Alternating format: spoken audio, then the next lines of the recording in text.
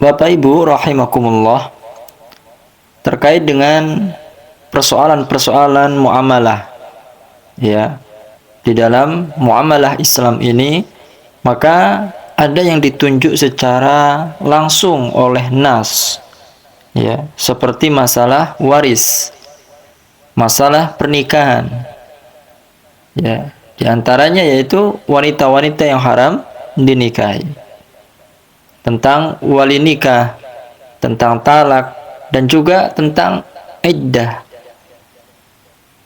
Masalah muamalah yang lain seperti keharaman khamr juga demikian.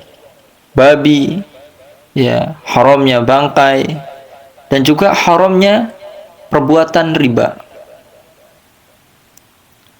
Oleh karena itu, ajaran-ajaran yang berkaitan dengan muamalah yang dijelaskan secara langsung oleh nas Al-Quran ini bersifat qat'i, bersifat yang pasti. Makanya khamr haram ya haram, daging babi haram ya haram, ya, riba ya senantiasa haram, ya, karena ini adalah, ya, qat'i. Secara langsung Allah Subhanahu wa taala membahas persoalan muamalah ini, langsung disebutkan di dalam Al-Quran pengharamannya.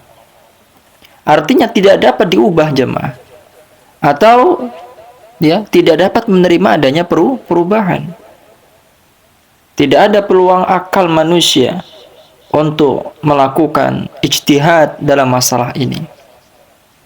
Maka dengan demikian, Bapak Ibu rahimakumullah, ikhwatal iman, a'azzani Allah, keharaman riba, keharaman khamr, daging babi, dan juga bangkai adalah ketetapan Allah.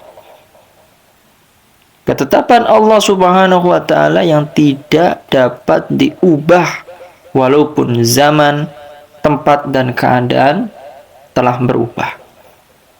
Dari zaman yang klasik kemudian masuk ke zaman modern, kontemporer, ya. Dan di samping itu, jamaah rahimakumullah, bentuk muamalah dalam Islam ada yang tidak secara langsung disebutkan dalam nas. Jadi ada yang secara langsung disebutkan oleh Allah dalam nas, ada juga yang secara tidak langsung, ya, tidak dijelaskan di dalam nas. Akan tetapi hal ini diserahkan sepenuhnya kepada ijtihadul ulama, ijtihad para ulama. Misalkan, ya, terhadap masalah muamalah yang dimana menjelaskan dalam bentuk-bentuk yang kita ketahui dalam kehidupan sehari-hari. Maka di dalam Al-Quran biasanya ini dibahas hanya, ya, berupa kaidah-kaidah dasar dan prinsip-prinsip secara umum yang harus menjadi pedoman dalam menciptakan bentuk kegiatan muamalah di luar yang disebutkan di dalam Al-Quran. Jadi, ya, Al-Quran telah menjelaskan secara umum, ya, tapi ketika kita melakukan muamalah yang dimana sering kita lakukan dalam kehidupan sehari-hari, kita diperintahkan mencontoh, ya, dasar-dasar yang sudah ditetapkan Allah di dalam Al-Quran. Ya. Kaidah-kaidah ini jamaah rahimakumullah, dan juga prinsip-prinsip dasar ini pada garis besarnya sesuai dengan maqasid syariah, yaitu mewujudkan kemaslahatan dan menghindari adanya kemudaratan. Ya, sehingga ajaran muamalah seperti ini memberikan kebebasan pada setiap manusia untuk melakukan kegiatan muamalah yang sesuai dengan kebutuhan mereka, sesuai dengan kebutuhan kita semua, sesuai dengan tuntunan zaman dan juga kondisi tempat dan juga kondisi, demi mewujudkan kemaslahatan bagi kehidupan manusia.